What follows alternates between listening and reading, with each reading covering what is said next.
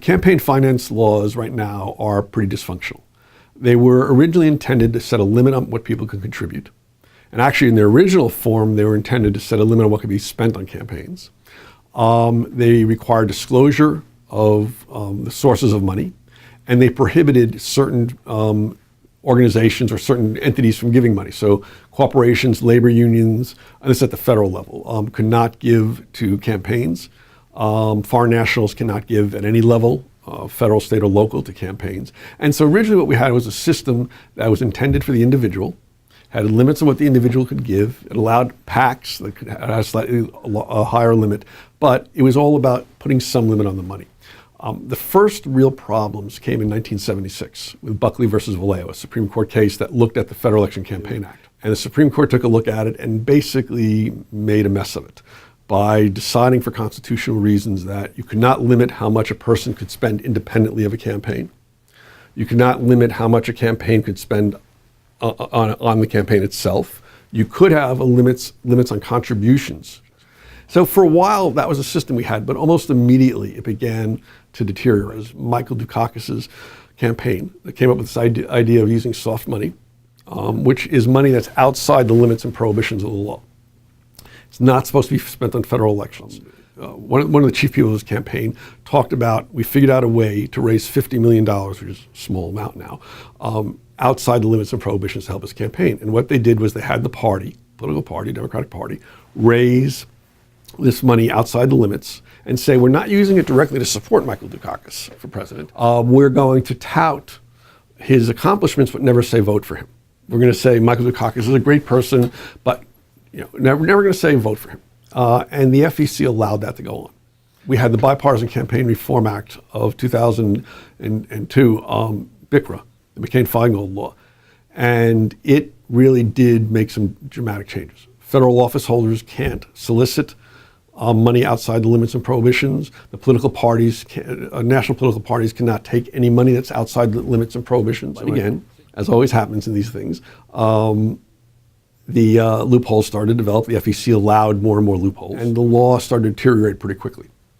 So more and more activity that should have been illegal was not being held illegal. Then you had, in 2010, the Citizens United case.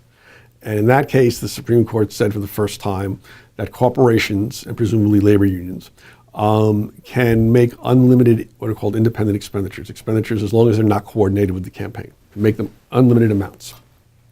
That gave rise eventually to super PACs, even though super PACs were not part of that case, which are political action committees that accept unlimited corporate and labor contributions and individual contributions and spend them on campaigns. And the myth is that they're supposed to be independent of the campaign. Besides that not being realistic, is the FEC does not enforce any real coordination rules. The FEC does not, its regulations on coordination allow these super PACs and these wealthy individuals to do what anybody on the street would think is coordination with the candidate, but the FEC says, no, that's not coordination. So you have things such as Jeb Bush's or Hillary Clinton's or Ted Cruz's super PAC. And the fact that you have a super PAC that is said to be his super PAC or her super PAC shows you how bad the system is, because they're supposed to be totally independent of the campaigns, and they're not. So what we have, after all of that, is we have a system where, depending on what statistic you want to look at, 100 or 150 families are basically funding most of the political campaigns. Very few people in this country give contributions at all at any level. I think it's less than half of 1% give over $200. And so very few people can afford to give contributions.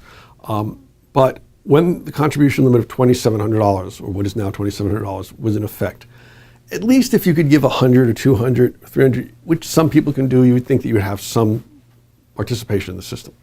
But what people are now seeing is that people are writing $1 million checks.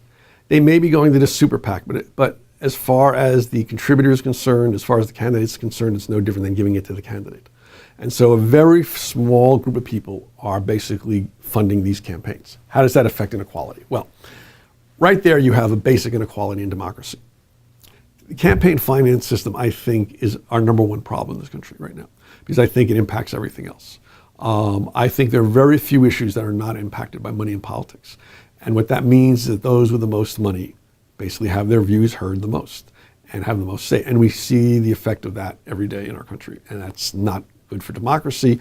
It's not just good for democracy. I don't think a democracy actually can exist for very long like that if you keep going down that inequality route.